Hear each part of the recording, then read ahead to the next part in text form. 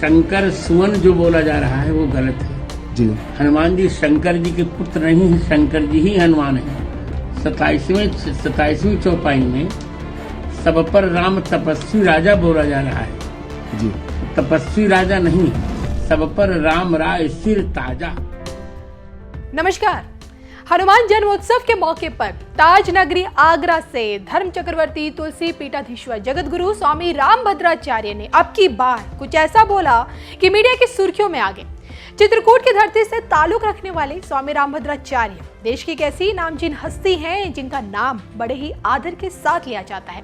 संत समाज से आने वाले स्वामी रामभद्राचार्य, जिनके लिए कहा जाता है कि ना खुद लिख सकते हैं ना ही आंखों से पढ़ सकते हैं, केवल सुनकर ज्ञान अर्जित किया, बोलकर अपनी रचनाएं लिखवाई और आज देखिए मौजूदा समय में 22 भाषाओं के जानकार और 80 से ज्यादा ग्रंथों के रचनाकार हैं।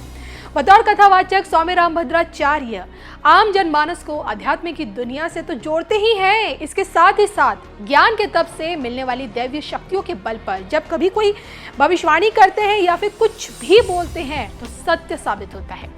देश के प्रधानमंत्री नरेंद्र मोदी जी को लेकर तो स्वामी रामभद्राचार्य की तमाम भविष्यवाणियां 100% सत्य निकली। कहते हैं कि स्वामी रामभद्राचार्य का भविष्यवाणी करने का सिलसिला बहुत पुराना है। 14 के लोकसभा चुनाव से पहले ही इन्होंने ये बता दिया था कि मोदी ही देश का भविष्य होगा।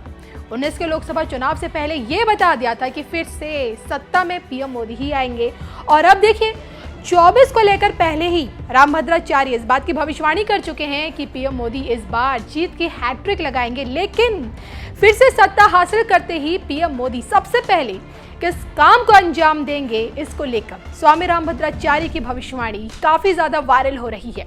स्वामी रामभद्राचार्य की नई भविष्यवाणी क्या कहती है, ये बताने से पहले आप ये भी जरूर जान लें कि हनुमान जन्मोत्सव के मौके पर स्वामी रामभद्राचार्य ने हनुमान चालीसा की चौपाइयों पर सवाल उठाए हैं।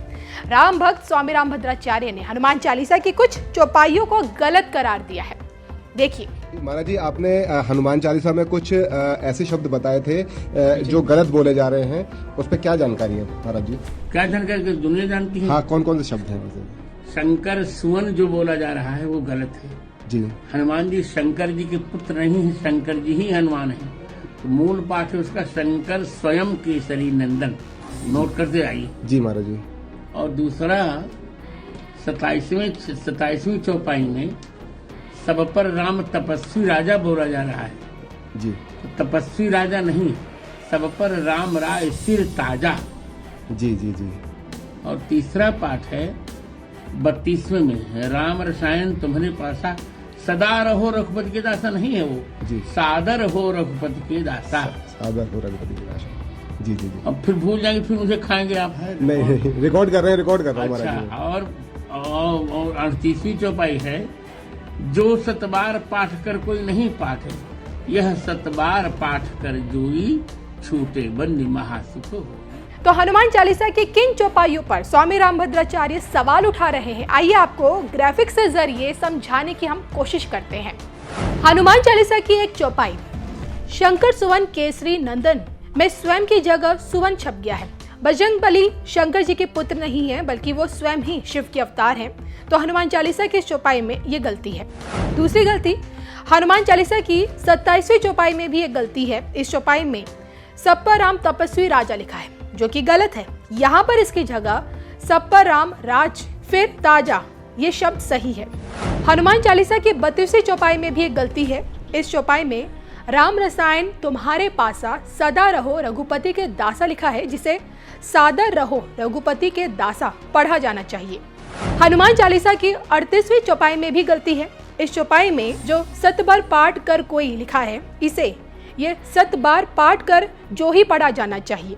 तो 100 बात की एक बात यह कि स्वामी रामभद्राचार्य द्वारा बताए गए हनुमान चालीसा से जुड़ी ये कुछ ऐसी अशुद्धियां हैं जिनका राम भक्तों को सही से उच्चारण करना चाहिए। तो हनुमान चालीसा की चौपाइयों पर सवाल उठाने वाले ये वही स्वामी रामभद्राचार्य हैं जिनकी गवाही ने देखिए राम मंदिर का रास्ता साफ किया था और जिन्होंने समाज के कल्याण के लिए अपना संपूर्ण जीवन समर्पित किया और जो देखिए हमेशा से देश में हिंदू राष्ट्र की मांग हमेशा उठाते आए हैं। बहरहाल देश के प्रधानमंत्री नरेंद्र मोदी को लेकर स्वामी रामभद्राचार्य की ताजा भविष्यवाणी ये कहती है, पीएम मोदी ने अपने विवेक से किस तरह से कश्मीर की समस्या का हल किया, पहले उन्होंने 35 से धारा 370 हटाई और उसके बाद कश्मीर की समस्या को खत्म किया। लेकिन समस्या का पूरी तरीके से हल तब होगा जब तक पाक अधिकृत कश्मीर को भारत का हिस्सा बना देंगे। 2024 के लोकसभा चुनावों में मोदी सरकार एक बार फिर सत्ता में आएगी और सभी संत मिलकर रामचरितमानस को राष्ट्रीय ग्रंथ घोषित कराएंगे। सभी संत जन मिलकर सरकार पर दबाव बनाएंगे कि वो इस प्रस्ताव को संसद में पारित कराए। प्रधानमंत्री नरेंद्र मोदी ही रामचरितमानस को राष्ट्रीय ग्रंथ का दर्जा देंगे। तो देश के प्रधानमंत्री नरेंद्र मोदी के संदर्भ में स्वामी रामभद्राचार्य जी ने जो कुछ भी कहा और जो भविष्यवाणी की, उसमें कितनी हकीकत है, आपको कितनी सच्चाई नजर आती है, कमेंट करके बताइएगा जरूर। आर्टिकल 356 का सबसे ज्यादा दुरुपयोग किया।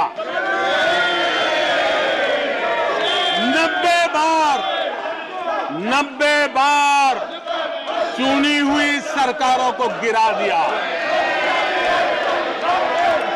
कौन है वो? कौन है जिन्होंने किया? कौन है जिन्होंने किया? कौन है जिन्होंने किया? इतना ही नहीं सभापति जी, एक प्रधानमंत्री ने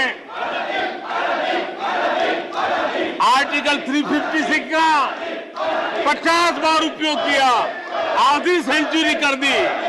वो नाम है श्रीमती इंदिरा गांधी का।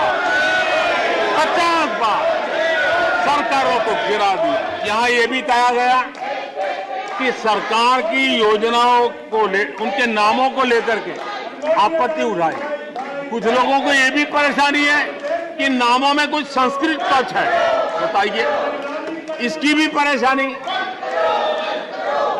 आदरणीय सभापति जी, मैंने किसी अखबार में पढ़ा था, मैं कोई वेरीफाई तो नहीं किया है, और रिपोर्ट कह रही थी 600 जितनी सरकारी योजनाएं सिर्फ गांधी नेहरू परिवार के नाम पे है।